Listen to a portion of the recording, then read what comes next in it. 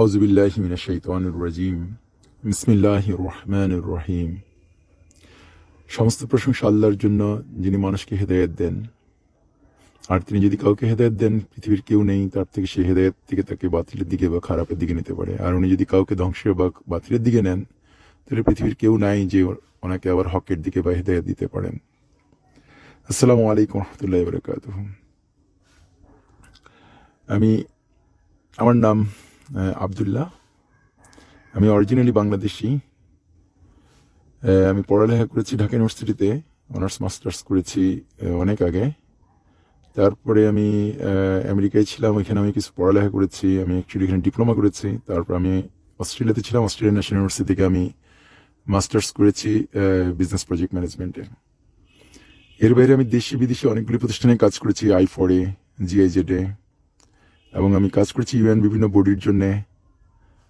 বাংলাদেশীয় কিছু প্রতিষ্ঠানের জন্য আমি কাজ করেছি। মোটামুটি সিনিয়র লেভেল, মিড লেভেল থেকে সিনিয়র লেভেল ম্যানেজমেন্ট পর্যন্ত আমি কাজ করেছি। বর্তমানে আমি ব্যবসার সাথে জড়িত এবং আমি ইন্টারন্যাশনালি বিজনেস করি। এ হচ্ছে আমার ব্যক্তিগত পরিচয়। আর আমি গত 9 জুলাই 2020 এই তারিখে আল্লাহ পাকের খলিফা মুস্তাক মোহাম্মদ আরমান খানকে আমার বাইয়া পাঠাইছি, এটা মনে করে যে আমি একজন মুসলিম এবং আমার উপরে রাসূল ইসলামের হাদিস অনুযায়ী যে বরফের উপর হামাগুড়ি দিয়ে হলো বাইয়া দেওয়াটা আমার দিতে বলেছেন, সেই সেন্সে আমি এটাকে ফরজ বা ওয়াজিব জ্ঞান করে আমি আমার বাইয়া পাঠাইছি ওনাকে। এবং এই বাইয়াটা ছিল ওনার প্রকাশ্যে, উনি নিজেকে মাহাদি ক্লেম করে ওনার নিজের জন্য বাইয়া চেয়েছেন যে সময়টা, সেটাই ছিল অ্যারাউন্ড 16ই আগস্ট। তার থেকে অ্যারাউন্ড 5 সপ্তাহ আগে, 1 সপ্তাহ আগে আমি আমার বাইয়া পাঠাইছি। যদিও আমি তার আরো আগে, অ্যারাউন্ড 1 মাস আগে আমি আমার কিছু কলিগ বা ফ্রেন্ডদের সাথে কথা বলছিলাম এবং আমি অ্যাকচুয়ালি একটা ড্রাফট করে এক ভাইকে পাঠাইছিলাম, যে ভাইকে আমি রিকোয়েস্ট করেছিলাম আমার এই বাইয়াটা ইয়াকে পাঠাবার জন্য, আমির সাহেবকে পাঠাবার জন্য। এটা মনে করে যে তখন আমি ক্লিয়ার ছিলাম না 100% যে উনি মাহাদি অথবা উনি মাহাদি কিনা, এটা আমি 100% ক্লিয়ার ছিলাম না। কিন্তু আমার কাছে মনে হচ্ছিল আল্লাহ ওনার মধ্যে মাহাদির সাথে ওনাকে জোড়াই দিবে। সো আমি এইভাবে একটা চিঠি লিখছিলাম যে আরমান ভাই, আপনার যে কথাগুলি আমি শুনছি সোফার, এই কথাগুলিতে আমি কনভিন্স যে আল্লাহ আপনার সাথে মাহাদিকে জোড়াই দিবে বা মিট করাই দিবে। সো আমি যদি তখন বেঁচে না থাকি, আপনি আমার বাইয়াটা সত্যিকারে যিনি মাহাদি, ওনাকে আপনি পৌঁছায় দিয়েন। এরকম আমি ওনাকে একটা চিঠি লিখছিলাম। কিন্তু যে ভাইকে আমি দিছিলাম, সেই ভাই কোনো কারণে আমাকে বেশি মহব্বত করার কারণে বা কোনো একটা ভুল ফিতনাতে জড়াই পড়ি কিনা, এইসব কিছু চিন্তা করে পরে উনি আর পাঠাননি। তো আমি আজকে যে জন্য এখানে কথা বলছি, সেটা হচ্ছে অ্যাকচুয়ালি আমি আমার সম্পর্কে আরেকটু কথা বলে এবং কিভাবে আমি ওনাকে বাইয়া দিছি সেটা আমি শেয়ার করতে চাচ্ছি। এর মাধ্যমে হইতে পারে যে অনেক ভাইয়ের উপকার হইতে পারে। আবার এই কথাগুলি বলার একই সাথে আমি আল্লাহকে সাক্ষী রাখছি যে আমি যে কথাগুলি বলছি সেই কথাগুলো আমার অন্তর থেকে বলছি। আমি যেটা বিশ্বাস করছি, যেটা আমি আমার দৃষ্টিকোণ থেকে পেয়েছি এবং আমার যেটা কাছে প্রতীয়মান হয়েছে বা প্রমাণিত হয়েছে আমার কাছে, সেইভাবেই আমি কিভাবে এসেছি সেটা আমি শেয়ার করতেছি। সো দ্যাট আল্লাহ এখান থেকে আমাকে উপযুক্ত যা দিক। সেই সাথে আমার যেসব ভাইরা ওনার ব্যাপারে কনফিউশনে আছেন, তারা যদি এখান থেকে কোনো কিছু নলেজ পান, যে নলেজের কারণে আল্লাহ ওনাদেরকে আবার হেদায়েত দেয়, সেই জন্য আসলে এই জিনিসটা রেকর্ড করছি। সো অ্যাকচুয়ালি আমি টিপিক্যালি একজন সাধারণ মুসলিম ছিলাম। একসময় ইউনিভার্সিটি থাকার সময় আমি নাস্তিকও ছিলাম একটা সময় পর্যন্ত, এবং আমি ওই যে কবির চৌধুরী, আহমেদ শরীফ, এদের এখানে আসা যাওয়া করতাম, আহমেদ সোফা, এগুলির সাথে আমি জড়িত ছিলাম ঢাকা ইউনিভার্সিটিতে থাকার সময়। পরবর্তীতে কিন্তু আমি একটা জিনিস আবার পরবর্তীতে যখন আমি ফিল করছি যে না, আসলে আল্লাহ আছেন, এবং তারপরে আমি নামাজ পড়তাম, বাট এটা সবসময় না, যখন মন চাইতো তখন নামাজ পড়তাম, যখন কোরআন পড়তে হতো। আর 10 জন মুসলিমরা যা করে সেরকম ছিলাম। পরবর্তীতে আমি ডেনমার্কে ছিলাম একটা লম্বা সময় সব পরিবারে, এবং যখন এখানে ছিলাম তখন আমি 2011 সালের কোনো এক সময় থেকে আমি কোনো কারণে কিছু ভাইয়ের সাথে সংস্রব ছিল, যোগাযোগ ছিল। সেই ভাইদের কারণে হোক আর যে কোনো কারণে হোক, আল্লাহ আমাকে তখন ইসলামের দিকে আসার বা ইসলামকে নিয়ে চিন্তা গবেষণা করার ভাবার সুযোগ করে দিচ্ছে। তো ওই সময় থেকে কোনো কারণে আমি কোরআন পড়তেছিলাম, এবং আমি প্রথম মানে বুঝে বুঝে কোরআন পড়ার চেষ্টা করলাম, বাংলায় বিশেষ করে, আবার সাথে সাথে ইংরেজিতেও আমি পড়তেছিলাম।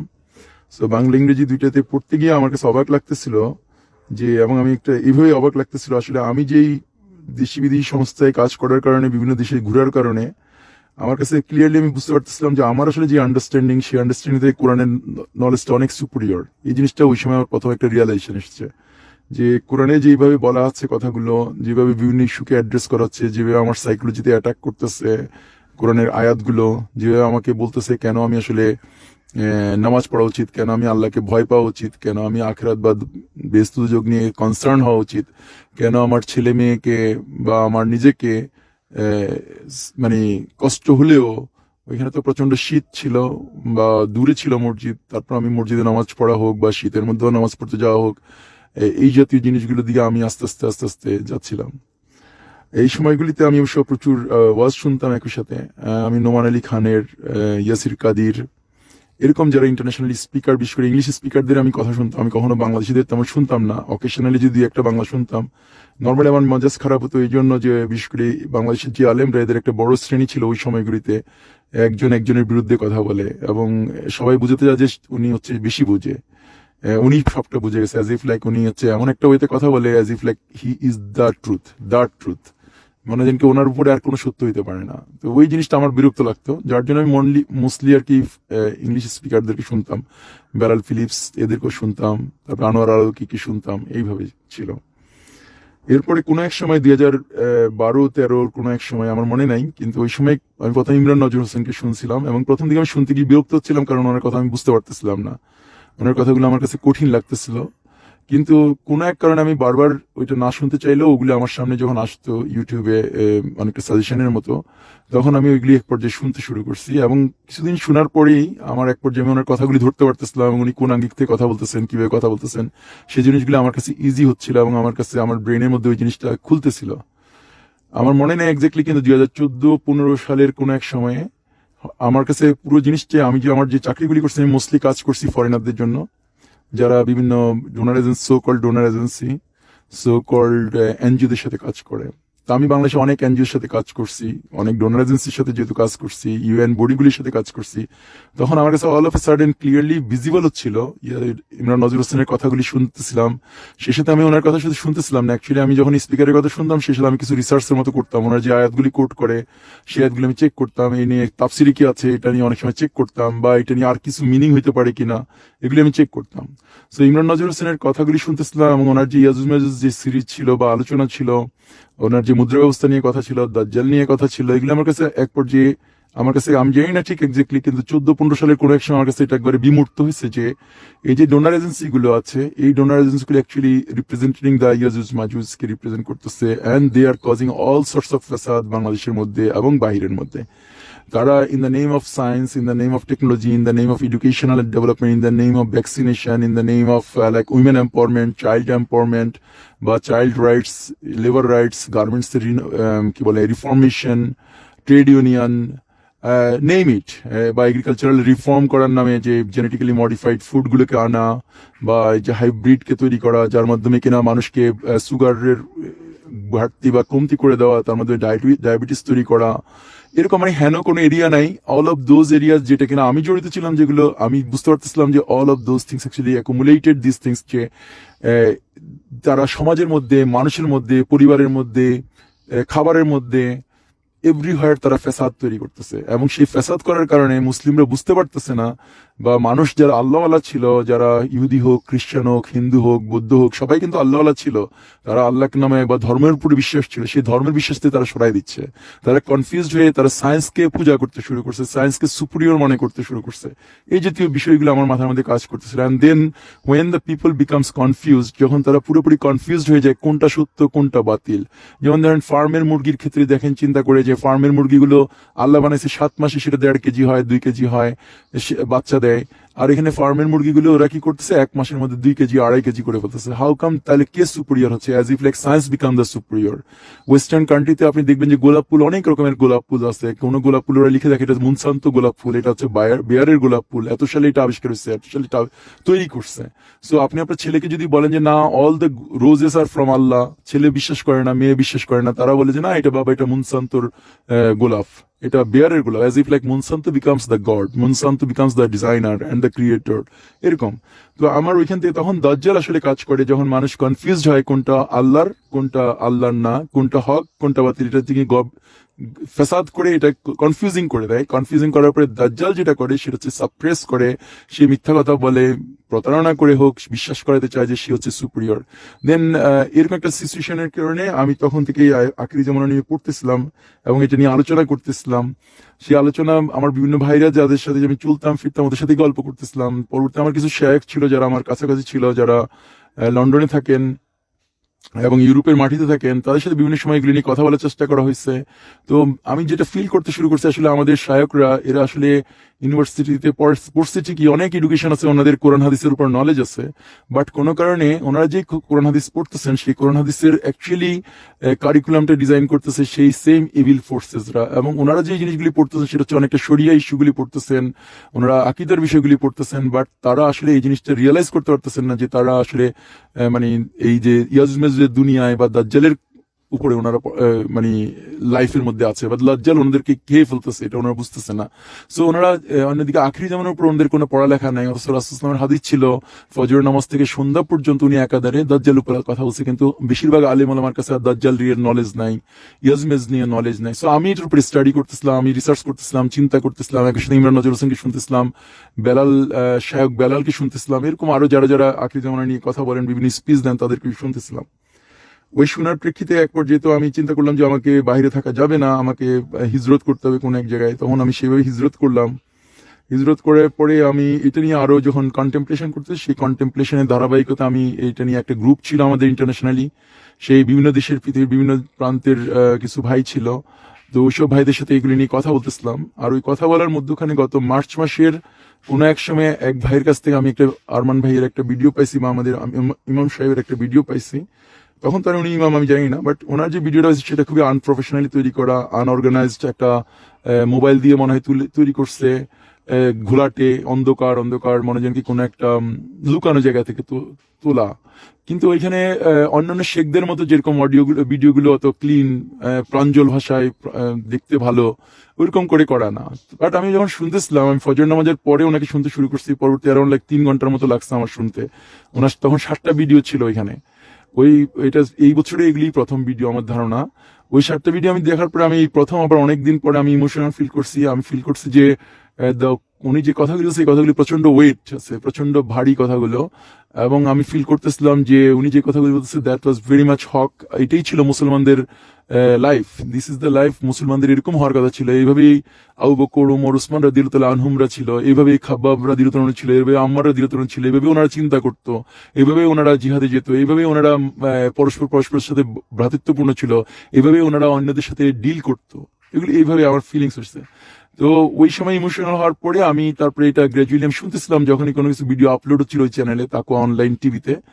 পরে একটা পর্যায়ে আমাদের ওই যে গ্রুপটা ছিল ইন্টারন্যাশনাল, সেই গ্রুপের মধ্যে ওনার ভিডিও কেউ একজন শেয়ার করছে, এবং শেয়ার করে এটার উপরে আমরা রিফ্লেকশন করতেছিলাম। সো বিভিন্ন ভাইরা বিভিন্ন আঙ্গিক থেকে এটা অ্যানালাইসিস করতেছিল যে এটা কি হতে পারে, কেন উনি এভাবে কথা বলে, whether he is the right, weather উনি বলতেছে এক বেলা খাওয়ার জন্য, উনি বলতেছে সুন্নার দিকে ফিরে যাওয়ার জন্য, উনি বলতেছে আল্লাহর সাহায্য আসতেছে না বিকজ আমাদের আলেম ওলামারা দুনিয়া প্রীতি বেড়ে গেছে আমাদের মোস্টলি আর কি। যখন উনি আলেম ওলামা বলে তখন বলে মোস্টলি উনি আলেম ওলামারা most of them becomes the worldly, তারা আখেরাতের থেকে দুনিয়াকে বেশি প্রাধান্য দিচ্ছে, তারা আখেরাত থেকে দুনিয়ার বিভিন্ন জিনিসকে ওরা ভয় পাচ্ছে, সরকারকে ভয় পাচ্ছে, পুলিশকে ভয় পাচ্ছে, প্রশাসনকে ভয় পাচ্ছে, জেল জুলুমকে ভয় পাচ্ছে।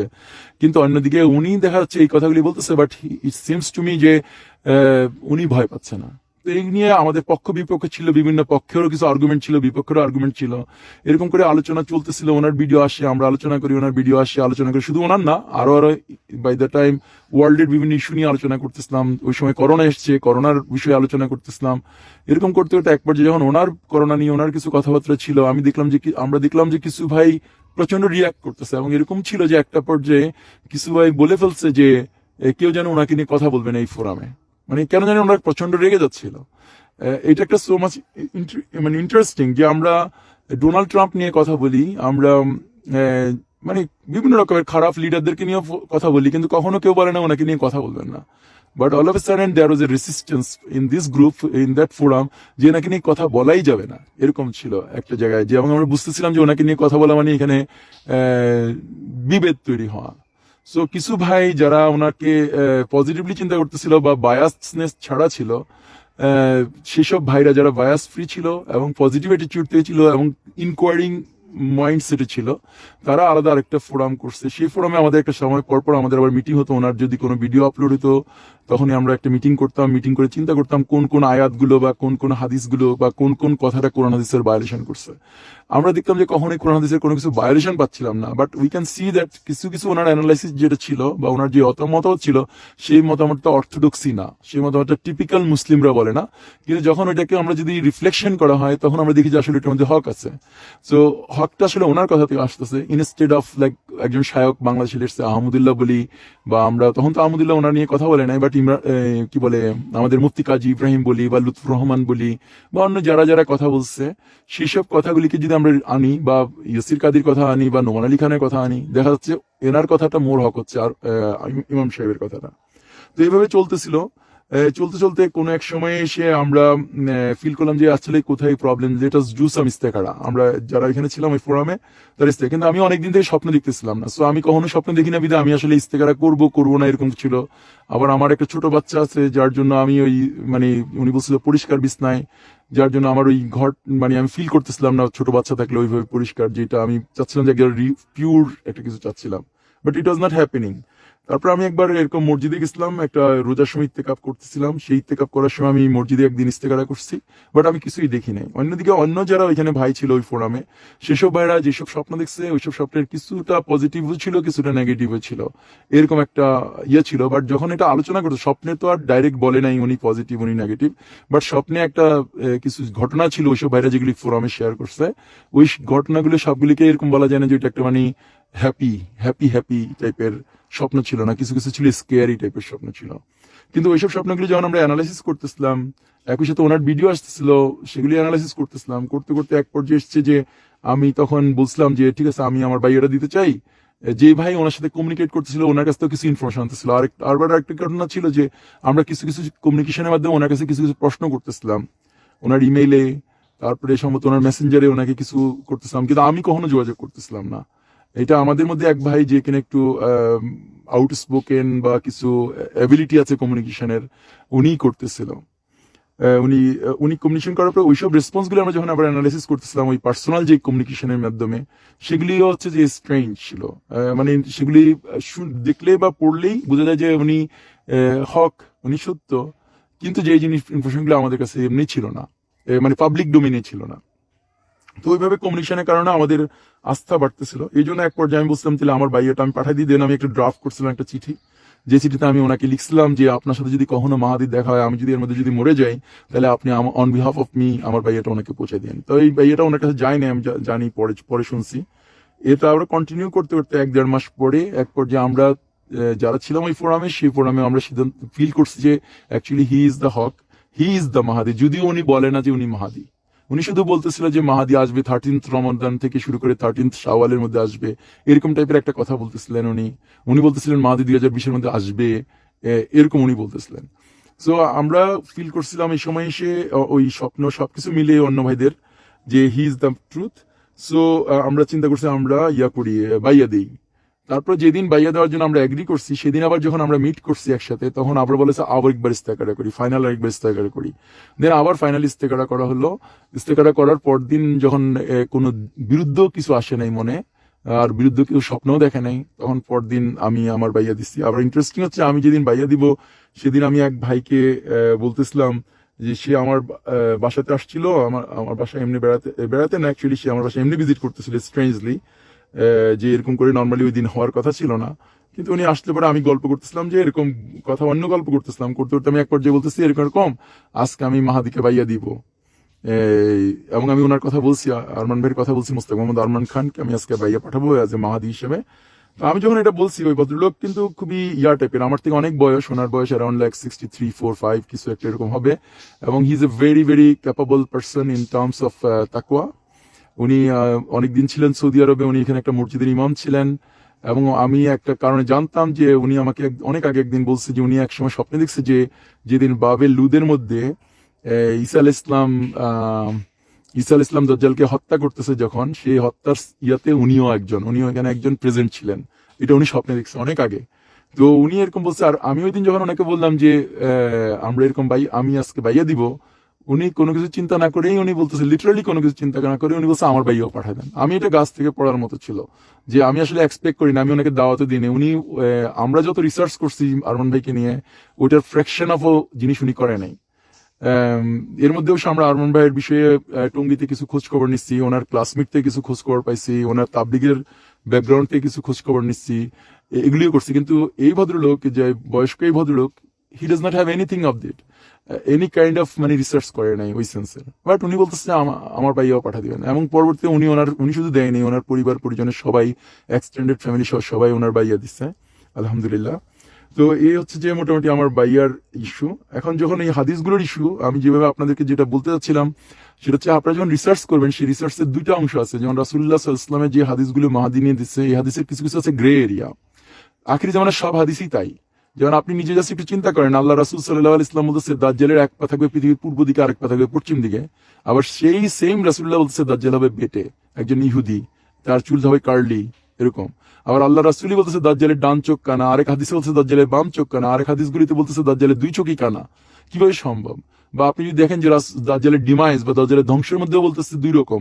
আল্লাহ রাসূল সাল্লাল্লাহু আলাইহি ওয়াসাল্লাম ঈসা আলাইহিস সালাম যখন তাকাবে, লবণ যে পানিতে দ্রবীভূত হয়, সেরকম করে দাজ্জাল দ্রবীভূত হবে। আরেক জায়গায় বলতেছে লুদের মধ্যে উনি হচ্ছে হত্যা করবে এবং রক্ত মানুষকে দেখাবে।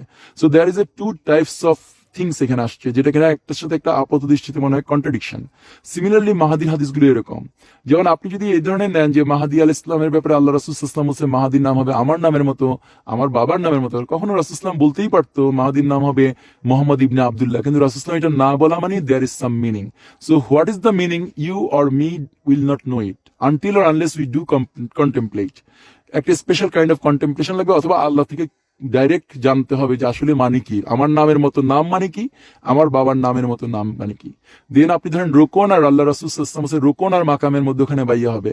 But there is no one in this world know what is the রোকন এন্ড মাকাম মিনিং। কেউ জানা সম্ভব না। যদিও হুজুররা ট্রান্সলেশন করছে, আলেমরা ট্রান্সলেশন করছে, আমাদেরকে আল্লাহ প্রপার যা দিক, যারা চেষ্টা করছে এই ট্রান্সলেশন করছে, এটার জন্য আমার কোনো ক্ষুদ্রতা নাই, but it is not a right translation. রোকন মানে হুজুররা বলছে হাজুরে আসওয়াদ, মাকাম মানে বলছে মাকাম ইব্রাহিম, কিন্তু আল্লাহ রাসূল সাল্লাল্লাহু আলাইহি ওয়াসাল্লাম অসংখ্য হাদিসে বলছে মাকাম ইব্রাহিম মেনশন করা আছে, অসংখ্য হাদিসে হাজের আসওয়াদ উল্লেখ করা আছে। সো আল্লাহ রাসূল সাল্লাল্লাহু আলাইহি ওয়াসাল্লাম যেখানে হাজের আসওয়াদ নাম জানতো, মাকাম ইব্রাহিম নাম জানতো, অন্য হাদিসে মেনশনও করছে, কেন মাহাদির হাদিসে এসে বলবো যে মাকাম আর রোকন? এটা বলার দরকার ছিল না। যদি মাকাম আর রোকন বলছে, দ্যাট মিনিং কি, মাকাম মানে কি, রোকন মানে কি, এটা বোঝার জন্য আমাকে স্পেশাল কন্টেম্পলেশন করতে হবে, অথবা আমাকে যিনি জানে আল্লাহর কাছ থেকে, ওনার কাছ থেকে আমাকে শুনতে হবে। সো যদি কোনো আলেম বলবে হ্যাঁ কালকে রাতে আল্লাহ আমাকে জানাইছিল যে মাকাম মানে এটা, রোকন মানে এটা, দেন আমার এটা মানতে কোনো সমস্যা নাই, অ্যাজ লং অ্যাজ উনি ইজ মুসলিম। কিন্তু আমরা এগুলি নিয়ে গবেষণা করে এইভাবে বের করতে পারবো না। কিন্তু আমরা এইভাবে বের করতে পারবো, আল্লাহ রাসূল সাল্লাল্লাহু আলাইহি ওয়াসাল্লাম যদি বলছে যে মাহাদি পূর্ব দিকের একটা শহর থেকে মক্কায় পালায় আসবে, কখন পালায় আসবে? যখন একজন রাজার মৃত্যুর সময় আসবে, যার 3জন ক্রাউন প্রিন্স বা 3জন প্রিন্স থাকবে, যারা প্রত্যেকে কম্পিট করবে।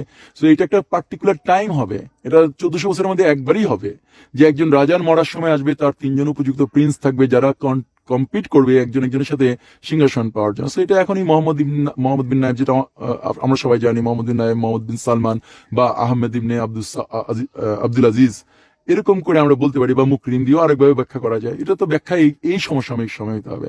বা ওই যে বুড়হার হাদিস, যেটা কিনা অনেকে আমরা জানি এখন, নুয়াইম বিন হাম্মাদের যে বুড়হার হাদিস 40 দিনের, কেউ দ্বারা সম্ভব না। আরমান ভাই জন্মাইছে 1981 সালে প্লাস মাইনাস, আর এই ঘটনা হচ্ছে 1979 সালে। কিভাবে সম্ভব যে উনি তো আর এটা ঘটায় নাই? সো 1979 সালে ওই ভদ্রলোকগুলি কে স্বপ্ন দেখাইয়া, কে মাহাদিকে তৈরি করছে, মোহাম্মদ বিন আব্দুল্লাহ ইবনে কাহাতানিকে, কে মাহাদি কেন হবে? এটা তার ওই ভদ্রলোক এজ এ মুসলিম হিসেবে, বা ওই 300 লোক একসাথে তো মাথা খারাপ হতে পারবে না। মাথা খারাপ হয়ে কাবা ঘরের মতো জায়গায়, সেন্সিটিভ জায়গায় গিয়ে ওরা চিজ করবে না। ওরাও তো আমাদের থেকে বেশি মহব্বত করে কাবাকে, ওরা তো মুসলিমই ছিল, ওরা ইউনিভার্সিটি টিচার ছিল, ইউনিভার্সিটির শায়ক ছিল, মসজিদের ইমাম ছিল, মসজিদের খতিব ছিল, ওরাও দায়ী আল্লাহ ছিল। তাহলে এই 300-400 লোক একসাথে কেন কাবা ঘরকে চিজ করতে যাবে?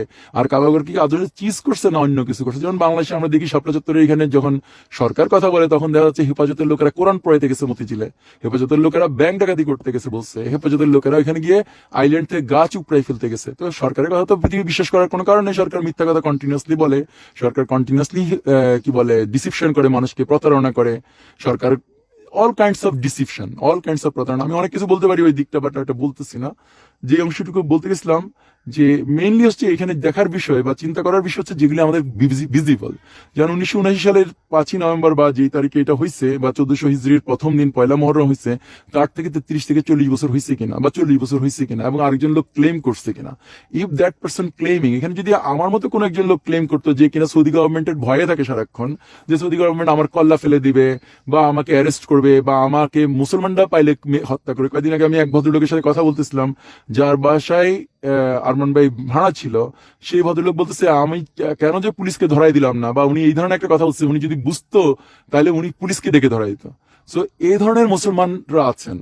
তো এই ধরনের মুসলমানরা একরকম মুসলমান। অন্যদিকে আরমান ভাই বা এই যে মাহাদি বা আমাদের যে কি বলে ইমাম, উনি এই রিস্কগুলি নিয়ে কেন এখানে যাবে? তাও উনি একা যাচ্ছে না, উনি ওনার ছেলে মেয়ে, উনি ওনার ওয়াইফকে নিয়ে যাচ্ছে। সে সাথে উনি এমন একটা লেভেল অফ তাকওয়া, এমন একটা লেভেল অফ দরদ আছে উম্মার প্রতি, সেই উম্মার প্রতি দরদ থাকার কারণে এতগুলি মানুষকে বিপদে ফেলার কথা না, without the direct intervention from the Allah, অথবা ইনস্ট্রাকশন ফ্রম আল্লাহ, অথবা উইদাউট দ্য ডাইরেক্ট মানে ওনাকে গাইডেড করা ছাড়া উনারা বলা সম্ভব না। এগুলো আমাদের রিসার্চ করলে, যে একটু কন্টেম্পলেশন করলে, একটু চিন্তা করলে এই জিনিসগুলি বের করা সম্ভব। তো আমি আমাদের দেশের আলেমুল আমাদেরকে স্পেশালি আমি আহ্বান করছি, যারা ভুল বলছেন, যেমন আহমেদুল্লাহ উনি যে কথাগুলি বলছেন ওনার ভিডিও আমি শুনছি, বা আমাদের যে মামুনুল হক ওনার ভিডিও শুনছি, বা অন্যান্য যেসব আলেমরা বলছেন ওনারা কথা বলছেন টিপিক্যালি অন্য যেভাবে 10 জন কথা বলে সেভাবে, with none of them did the research. আমি ওনাদেরকে আহ্বান করি ওনারা ওনার বক্তৃতাগুলি সবগুলি শুনুক, আমি ওনাদেরকে আহ্বান করি ওগুলি নিয়ে রিসার্চ করুক। আমি ওনাদেরকে আহ্বান করি ওনারা ওনার বাড়িতে খোঁজ খবর নিক, ওনার টুঙ্গির বাড়িতে যাক বা ওনার নরসিং যেখানে নেত্রকোনা ওইখানে বাড়ি যাক, ওনার সম্পর্কে ওনার ক্লাসমেটদের থেকে খোঁজ খবর নিক, ওনার সম্পর্কে ওনার তাবলিগের যে জামাতে উনি ছিলেন সেই জামাতে বুদ্ধ লোকদের থেকে খোঁজ খবর নিক, ওনার চরিত্র কেমন ছিল, ওনার সত্যবাদিতা কেমন ছিল, এগুলি ওনার খোঁজ খবর করুক। সো একজন আল্লাহওয়ালা মানুষেরকে আমরা চিনার জন্য সবসময় এটা মনে রাখা দরকার, আমাদের প্রত্যেকের মনে রাখা দরকার। বিশেষ করে আমি আলেমুল আমাদের কথা বলবো, ওনাদের মনে রাখা দরকার, সিরিয়াস ভাবে মনে রাখা দরকার যে বনি ইসরায়েলিরা আলেমরা best of the best, Zakaria আলাইহিস ইসলামের যারা কলিগ ছিলেন তারা তখন হাইকেল অফ সুলাইমানিতে ছিল, যখন মসি ইবনে মারিয়ামকে মরিয়ম আলাইহিস সালাম কোলে করে নিয়ে আসছে, এবং এরা মসির জন্য অপেক্ষাই করতেছিল। সে অবস্থায় ওই বাচ্চা মসি যখন বলতেছে আনা আব্দুল্লাহ, আমি আব্দুল্লাহ, তখন ওরা বলে দিচ্ছে এটা হচ্ছে সেহরুম Mubin, it's the blunder of the blunder হয়ে গেছে। জাকারিয়া আলাইহিস ইসলামের কলিগরা আব্দুল্লাহ বলার পরেও চিনে নাই, যখন উনি ঈসা আলাইহিস সালাম শুধু আব্দুল্লাহ বলে নাই, সেই সাথে উনি বলছে আল্লাহ অনেক কি আদেশ দিচ্ছে। তারপরে সেম দেখেন কত স্মার্ট তারা রাবাইরা ছিল, ইহুদি রাবাইরা, তারা পৃথিবীর মানচিত্রে খুঁজে বের করছে এই ইয়াত্রিবের মধ্যে মোহাম্মদ সাল্লাল্লাহু আলাইহি ওয়াসাল্লাম আসবে। তারা ওইখানে এসছে, আউস এবং খাজরাজকে মাসের পর মাস বছরের বছর থ্রেট করতেছিল আমাদের নবী আসতেছে and then we will teach you the lesson. যখন সত্যিকারে মোহাম্মদ ইসলাম মদিনায় আসছে তারা ডিনাই করছে, কিন্তু আউস এবং খাজরাজ যে মুশরিকুনস, যাদের কাছে নবী সম্পর্কে কোনো কনসেপ্ট নাই, কিতাব সম্পর্কে কোনো কনসেপ্ট নাই, যাদের কাছে কোনো গাইডলাইন্স নাই, তারা হচ্ছে যে মেনে নিছে।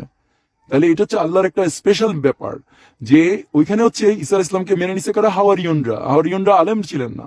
হাওয়ারিয়নরা যদি অ্যাকসেপ্ট করতেছে, এখন আমরাও আলেম না, definitely we are not the আলেম ইন দ্য সেন্স অফ আলেম আজকে সময় যারা মানুষ মিন করে যে মাদ্রাসাতে পড়লে আলেম, একটা সার্টেন কাইন্ড অফ রুমাল পড়লে আলেম, টুপি লম্বা পড়লে আলেম, এটসেট্রা এটসেট্রা, বিভিন্ন রকমের কনসেপ্ট আছে মানুষের মধ্যে।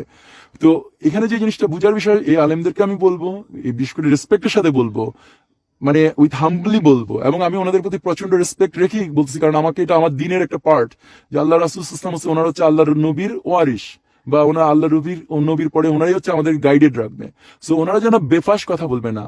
ওনারা এই বাংলাদেশের মতো একটা দেশের 30 বছরের উপরে মহিলা আমির মেনে নিচ্ছে, আর আরেকজন যদি ন্যাক তাকওয়াবান মানুষকে আমি পাই যে আমির হলে পরে উম্মার উপকার হবে, সারা বিশ্বের উপকার হবে, আমি তারপর ওনাকে বিশ্বাসও করতে পারতেছি না, ওনার দিকে আমি তাকাই দিচ্ছি না, ওনাকে আমি খোঁজ খবরও নিচ্ছি না। এটা তো সেই হচ্ছে শেখ হাসিনাকে নিয়ে বা খালেদা নিয়ে ওনাদের কোন রকম এরকম হচ্ছে না, অ্যালার্জিক হচ্ছে না। বাট একজন লোক যে আল্লাহর ওয়াদা অনুযায়ী মাহাদি হিসেবে আসছে, এবং লেটসে উনি প্রকাশ্যে এটা বলছে, বলার পরে ওনারা এটা নিয়ে গবেষণা করবে না, এটা হইতে পারে না। এটা হওয়াটা এটা লাইক একটা জাহেলিয়াত একটা সিস্টেম হয়েছে, যেরকম করে ইহুদি রাবাইদের যে সিচুয়েশন ছিল, এবং আমরা আল্লাহ রাসূল থেকে জানি যে আমরা হাত বাই হাত, বিগত বাই বিগত ইহুদি নাসারাদেরকে ফলো করবো, এমনকি ওরা গিরগিটি করতে গেলে আমরা সেখানে ফলো করবো। সো আমাদের আলেম ওলামারও এখন ওই ইহুদি নাসারাদের মতো, ওদের আলেম ওলামাদের মতো সেম গিরগিটির গর্তে পৌঁছাচ্ছে, যেরকম করে ওদের আলেম রাবাইরা মোহাম্মদ ইসলামকে চিনতে পারে নাই এবং ঈসা আলাইহিস সালামকে চিনতে পারে না, এবং এই ফিতনাতে পড়ে গেছিল।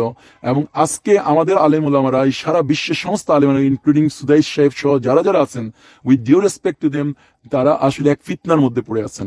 তাদের উচিত ঠান্ডা মাথায় চিন্তা করা, আয়াতগুলো নিয়ে যেসব হাদিস ওনারা বুঝবে না, যেসব হাদিসের আসলে ক্লিয়ার মিনিং নাই, ওগুলিকে এক সাইডে রাখুক। যেসব হাদিস দিয়ে ক্লিয়ার মিনিং আছে, যেটা কিনা কাউন্ট করা যায়, ধরা যায়, প্রুভ করা যায়, 100% প্রমাণ করা যায়, সেই সব হাদিসগুলিকে দিয়ে প্রথম উনি ইমাম সাহেবকে অ্যানালাইসিস করুক, রিসার্চ করুক। তারপর যেগুলি করা যায় না সেগুলি দিয়ে ইমামের বক্তব্যটা কি আর ওনাদের আর্লিয়ার আলেমদের বক্তব্য কি, দুইটাকে ওনারা চেক এন্ড ব্যালেন্স করুক, দেখুক, তাহলে বুঝে যাবে, ক্লিয়ার বুঝে যাবে। এটা কোনোভাবে হইতে পারে না যে আল্লাহ একটা সাইন দিবে আর সেটা বুঝে যাবে না। যেরকম কোরআন আসে তখন সবার কাছে এটার মধ্যে ইম্প্যাক্ট আছে, সবাইকে এটা গাইড করতে পারে, সেটা হিন্দু করুক, বৌদ্ধ করুক, ইহুদি পড়ুক, যেই পড়বে উইথ নিয়া টু বি গাইডেড, আল্লাহ কোরআনের মাধ্যমে ওনাকে গাইড করবে। সূর্যের আলো যখন পড়ে তখন আলেমের গায়ে যতটুকু পড়ে আবেদের গায়েও ততটুকু পড়ে।